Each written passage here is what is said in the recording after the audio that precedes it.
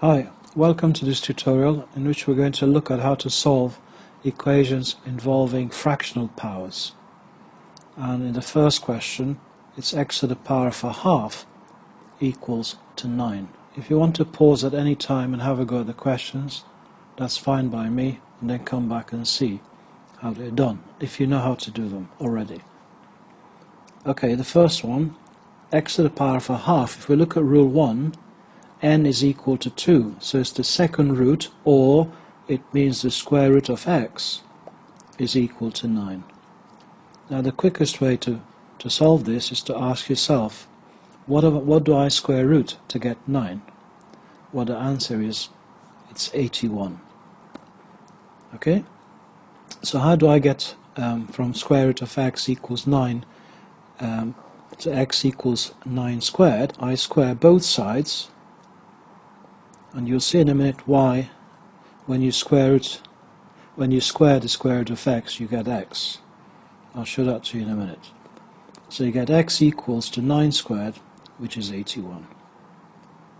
I suspect there'll probably just be one mark for this if it's root x equals to 9.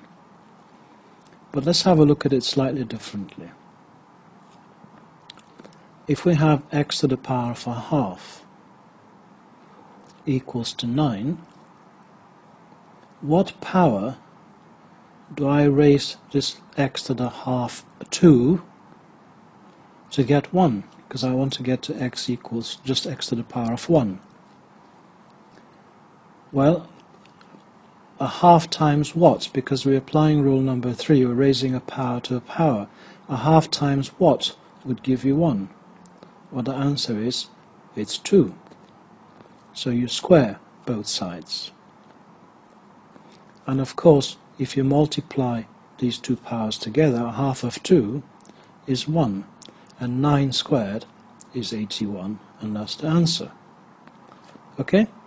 But obviously it's just as quick to say, what do I square root to get 9? But the numbers may not be easy. Okay? The second one, it's x to the power of 3 over 2 equals 64, so it's a bit more involved. And if we look at a rule number 2, you can see that n is equal to 2, so it's the square root of x to the power of 3 equals 64. Now let's ask ourselves, suppose that root x, we replace it by y, so it's y cubed equals to 64. How would you find y? Well, you would cube root 64, which will be 4. So coming back to the original question, if I cube root both sides, I'll have the square root of x equals the cube root of 64. So square root of x equals to 4. And what do you square root to get 4? Well, the answer is 16. So if you square both sides, you get x equals to 4 squared, which is 16. Okay? I'm now going to show you a different way to do number 2. Okay? And here it is written again. I'm going to use the idea of raising both sides to a power. So I've got x to the power of 3 over 2 raised to what power to give me just x to the power of 1? In rule number 2, if you raise a power to a power, you multiply the powers together. So 3 over 2 times what would give me 1? Well, the answer is 2/3. You can cancel the 2's and cancel the 3's, which will leave you 1 over 1, or 3 times 2 is 6, 2 times 3 is 6, 6 over 6 is 1. So we don't square both sides, sorry. We raise each side to the power of 2/3. So I need to raise 64 to the power of 2/3. Now using rule number 1, I can see that n is 3, so it's the cube root of 64, and I've got to square that when I've done that.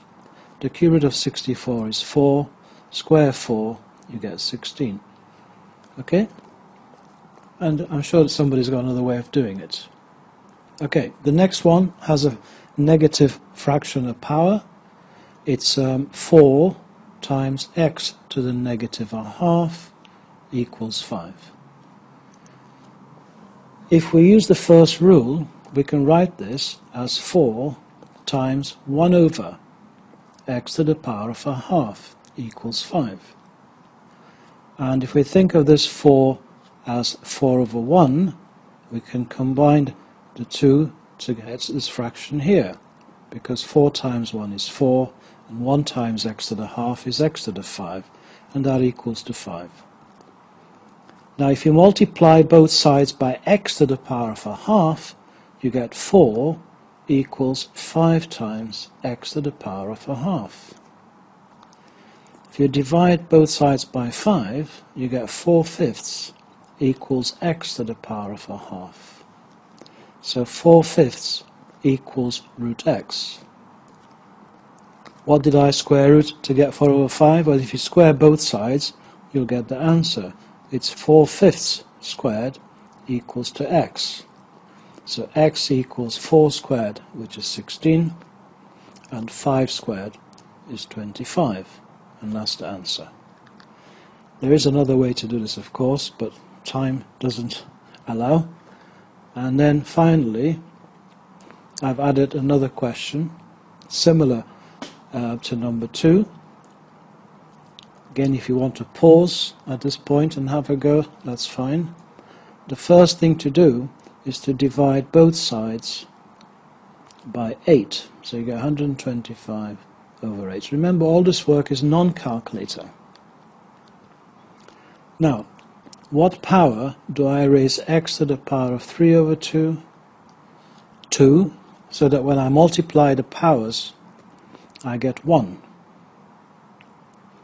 Well, the nice thing now is to show you that if you have 3 over 2, and you want to know what to multiply it by to get 1, it's the reciprocal of 3 over 2. You don't need to know that word, well, it's useful to know, but it's 2 over 3, you just turn the fraction upside down. So in other words, if I raise both sides to the power of 2/3,